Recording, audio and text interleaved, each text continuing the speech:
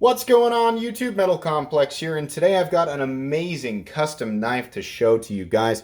This is a Marfione custom Warhound frame lock. This is a blade that some of you may be more familiar with on some of his OTF models. Me personally, I've seen it on some custom combat Troodons. Really striking blade. This knife was provided to me for review once again by my good buddy Jeff Goodnow. You can follow him on Instagram. He's pretty easy to find. If you go to my Instagram and just look at any of the comments on a bunch of my pictures, you'll see that he and I have kind of gone back and forth there. Really nice guy, definitely deserves a follow. He's provided a lot of content in the last 2 or 3 weeks. Also, quick update, I am currently at 31 patrons towards my goal of 40 patrons, which will then allow me to open up the giveaway for this beautiful Slim MIDI Medford Marauder. If you don't know what's going on, you can follow the link in my description to my Patreon and read the bold text. But basically, as soon as I hit 40 patrons, I'm going to give that knife away. Not just to my patrons, not just to my subscribers, basically to anybody who's paying attention. So if you're not subscribed and you want to win that knife, I would suggest subscribing definitely. You can head over to my Patreon. You can read through things. If you want to join any tier, even the $1 tier, it counts. But the moment I hit 40, we're going to give that knife away. We did gain, like I said, a few more since the last time I gave an update. So real quick here, a couple of shout outs. First up, you can see at the top, there's an Instagram tag for @EricBLike. He became a heroic metal knight. Really cool. I really appreciate that. Go give him a like, or go give him a follow on Instagram. He definitely deserves it. He's been around on my channel for a while. Next up, quick shout out to Nathan Swingle, who also, hope I'm pronouncing your name correctly, by the way, who also became a heroic metal knight. Really appreciate that support. Once again, just so you guys know, that really helps out with things like shipping costs and insurance costs for sending the knives back to either the Patron group or to people who generously offer them up for review so that I have content to bring to you guys. And then finally, there was a Mr. Doucette. Let me check the back page so I get your name exactly right. Dwight Doucette actually became a metal knight, and he didn't actually request a shout out for himself, but rather a person who goes by the name of Sparks, who runs the YouTube channel The Real Blade Forms. I checked that out real quick, and it turns out that actually is the channel associated with Blade Forms, and they do a live video once a week on Sundays. It's definitely worth checking out because they do giveaways and things, and if it's associated with Blade Forms, then you know that's pretty cool. That's definitely a YouTube channel you guys should check out. So absolutely, I appreciate everyone who has become a patron here recently, and I am looking forward to giving that Slim MIDI Marauder away. Let's go ahead and take some measurements on this knife. This thing is just beautiful and crazy. It's not often that I have a full custom knife to show on this channel, but thanks to Jeff, it's something that's becoming slightly more common on this channel. Overall length of the custom Warhound is just about 9 inches. It's like 8.8 or 8.9 inches overall. The blade length is about 3.8 inches, and the actual cutting edge is just a little over 3.5, maybe 3.6 on the cutting edge. Let's do some size comparisons here real quick. Up against the Ontario Rat Model 1. Rat 1 you can see coming in at 8.6 inches overall, so it is a little bit bigger than the Rat 1.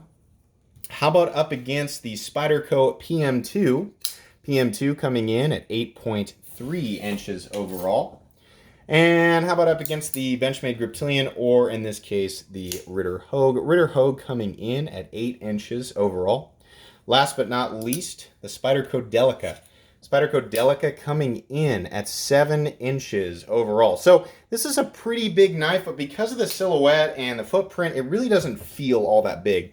Let me give you guys an example of the action. This is a pretty smooth frame lock. It does have a unique feel to it. It's very smooth.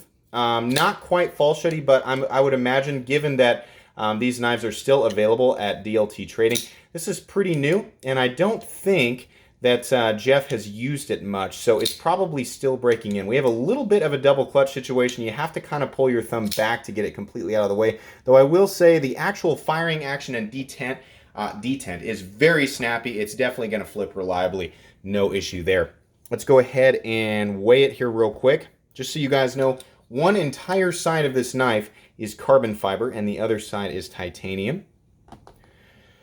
Overall weight, an impressive 5.36 ounces. Let's go ahead and weigh it again. 5.33 ounces. Pretty good considering the knife is almost 9 inches overall. You can see here on the inside, there is no liner on this side. It's all titanium on this side and all carbon fiber on the other side. If it were full titanium, I'd imagine it'd be more like 6.5 ounces, but it's not. So let's go ahead and talk about the anatomy of this knife. We have an extremely aggressive Wharncliffe style blade with 2 swedges. One, I mean, this is kind of a front swedge and this is kind of a front swedge. So you can see we have a lot of variance in the grind going on. You have a flat that carries out about 85% the length of the blade at a thickness that looks to be probably 187 thousandths on the stock thickness there.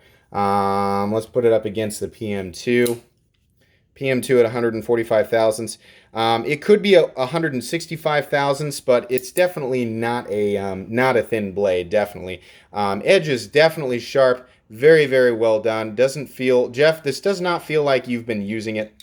I believe the blade steel on this is M390. I did a quick search at DLT Trading, and it looks like I said, these are still available in this exact configuration, and I believe this is an M390 blade. You have your signature Marfione style holes that have been nicely, you can see that there's kind of a lip.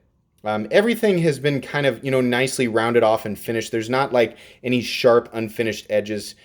This definitely looks like a hand ground blade. The tumbling on it is very, very nice. In fact, the blade all the way around looks extremely premium. This is a really, really nice blade, something that you would expect to see on a custom knife.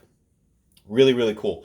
I will say, I mean, it's probably obvious. The jimping is functional, but pretty aggressive. It's not sharp. It's just, I mean, and no matter where you put your thumb up here, it's going to lock in. If you're not wearing gloves, it's probably something that's going to wear on your thumb after a little bit, but I wouldn't say it's super sharp. It's not like Medford jimping or anything like that. You have a very functional forward choil. My favorite thing about this blade is the amount of control that I feel when I'm locked in up here. There's definitely room to get the meat of my finger up there, and it's just nice. That's a comfortable position.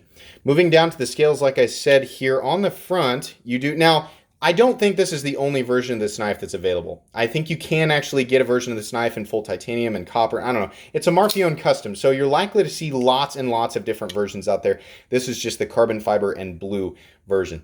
You have nice carbon fiber with a little bit of extra machine work in it. You can see some of those lines there just kind of bringing out, the 3D elements of carbon fiber. It looks really, really nice. The carbon fiber looks nice as well. You have a large titanium pivot collar that's been anodized blue around Marfione's signature tri-wing screws. Some people don't like those because it makes, it's basically a situation where you have... oh gosh, what's the word I'm looking for? You have a hardware that is not made to be messed with by the end user. There's a word there, and I'm sure most of you are screaming it out. I can't think of it. Same thing on the screws here. I like how the tri-wings look, and for me, if I was going to spend this kind of money on this caliber of knife, I would not be interested in taking it apart. For those people who would actually spend this type of money, which believe me, we'll get to, on this type of knife and actually plan to use it, that's probably going to be somewhat of a problem. You have a nice lanyard hole attached to a perfect gear pattern backspacer that's been anodized blue. I love that. You guys know I really like gear patterns on backspacers, especially when they're raised ever so slightly. That way you actually gain the utility and benefit of it. Everything's been, nicely rounded off back here, by the way. Edges of the carbon fiber, edges of the titanium, there's nothing sharp anywhere. You have a really awesome and just perfect, simple pocket clip. I love the little bowls that have been milled into it. It's a full 3D machined pocket clip with just the right amount of retention. It is pretty thick and it sticks up quite a bit, so something to keep in mind. I love the single tri-wing screw that's holding the pocket clip in. It is only mountable for tip-up right-hand carry position, so keep that in mind. You've got a Rick Hinder style lock bar over travel disc that has a collar on it that's been anodized blue, and then a tri-wing screw in there. That looks really nice. The back side of this blade is definitely the most striking part of the knife, and that just looks cool. You don't see... you do see that sometimes, where you got a screw in there and then you've got an anodized ring or an anodized disc. The combination between the satin or raw titanium colored tri-wing screw and that disc is just really, really nice. You have the lock bar stabilizer or lock bar insert screw actually anodized as well, and then another setup similar to the front on this side. Really, the biggest issue with the screws is just going to be that it's not easy, or it's not something that you're going to be readily taking apart. Unless I think there is actually a tool that sometimes comes with these knives. I can't remember, but this isn't. It's not really an. As far as I remember, I don't think Marfione's the Marfione custom warranty and the just the Microtech warranty alike. I don't think he wants you really taking his knives apart and putting them back together, which I know has caused some issues with some people. Some people don't like that. In my opinion, I'm not really going to be taking these knives apart. You know, I mean, this isn't my knife, but if it was, I wouldn't be taking it apart. So that's not really something I put too much thought into. The lock bar insert, I don't think this particular lock bar insert doubles as an over travel stop. So it does just have the disc, but that's fine. You do have the insert that's contacting the blade tang. This knife is perfectly centered as you would expect from a custom knife, and it does lock up nice and solid at about 40%. There's no blade play up, down, left, or right. It's absolutely solid. No lock stick or anything like that. In fact, all the way around, this knife is really, really nice. One thing that, you know, if it were me, and this is just like a nitpicky thing, I don't really like, you know, knives that are all one side carbon fiber. And a lot of people are like, I don't care.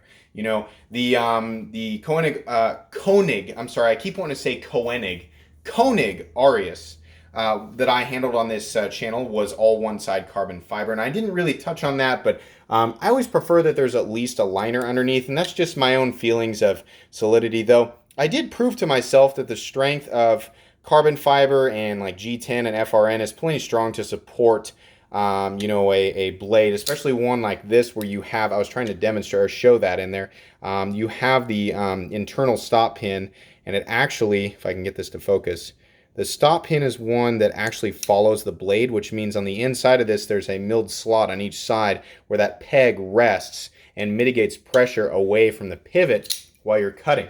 Carbon fiber is plenty strong to support it. And where it can't or would fail, I would imagine the titanium would pick up the slack unless you are sticking the blade in and prying and specifically putting pressure on the carbon fiber side, in which case you're just using the knife in a way that it's not really meant to be used for anyway. And I mean, most folding knives might fail in that situation, but that's a pretty extreme situation. I'm basically pointing out something that really only bothers me. It's really not going to be an issue, and it's not something that you should put a whole lot of stock into.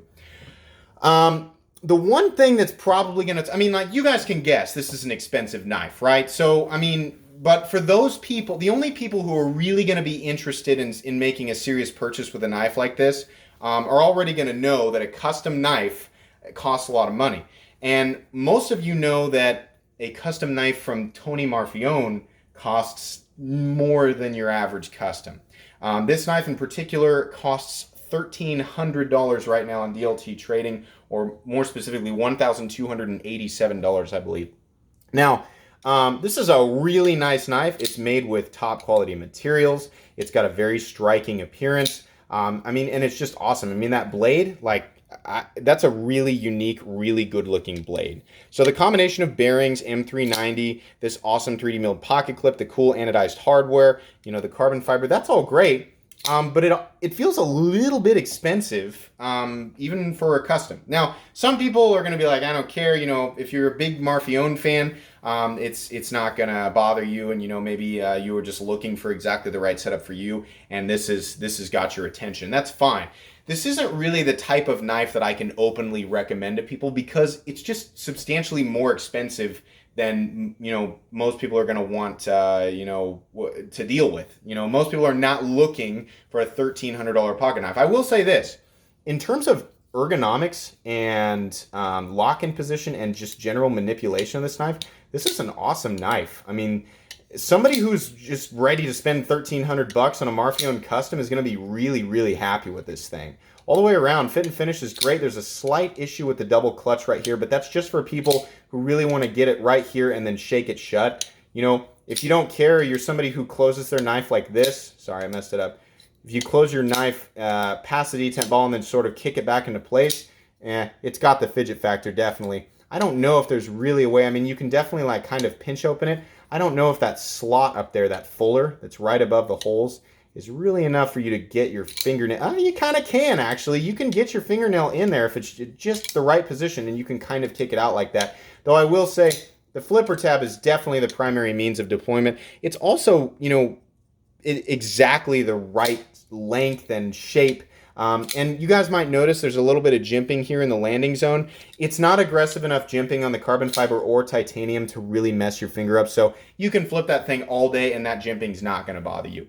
This is an amazing knife. And like I said, if you're into Marfione customs or you just really, really like how this looks, and you're the type of person who's ready to spend this kind of money on this knife, it's made super well, and you're going to be really happy with it. For everybody else, no, it's probably not going to be the knife for you. If you're used to spending $100, $200, $300, $400 on a pocket knife and you buy this, it's going to be another knife that's made out of carbon fiber and M390, and it's got a unique blade shape, and it's, you know, got some of Marfione's, you know, special aspects to it, but it's probably not going to draw you in. Now that's something that I could say for every single custom knife out there.